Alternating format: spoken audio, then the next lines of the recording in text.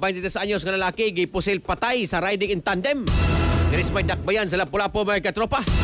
Atong siron pinagi sa itong bag-ong katropa. Katropa ang Krister Joy Filerka. XFM Report.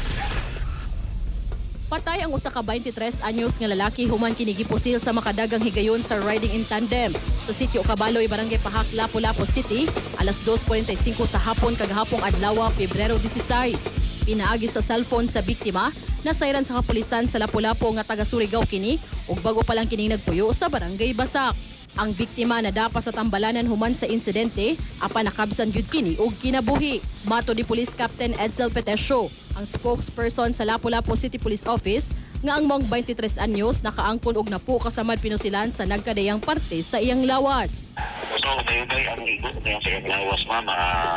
May laing parte sa iyang lawas. Pero, kwento na siya, ma'am, tamang subject for kwento na siya clarification. Kaya na siya, ang katong ibang sa mic, kwento siya. Exit to siya. Dugang pa sa spokesperson nga personal nga kalagot o may kalambigitan sa illegal nga drogas mo ilang gisubay nga motibo. Sa pagkakaron, gisubay na nila ang mga CCTV padung sa nahitabuan aron sa pag-ila sa duha ka mga suspect. Para sa atong mga katropa nga gustong paligunon ang immune system, malikayan ang ubo, hilanat, labad sa ulo ug di makahilab sa tiyan, ang Santon Vitamin C, the Alkaline Vitamin C maoy haom alang kanato mga katropa.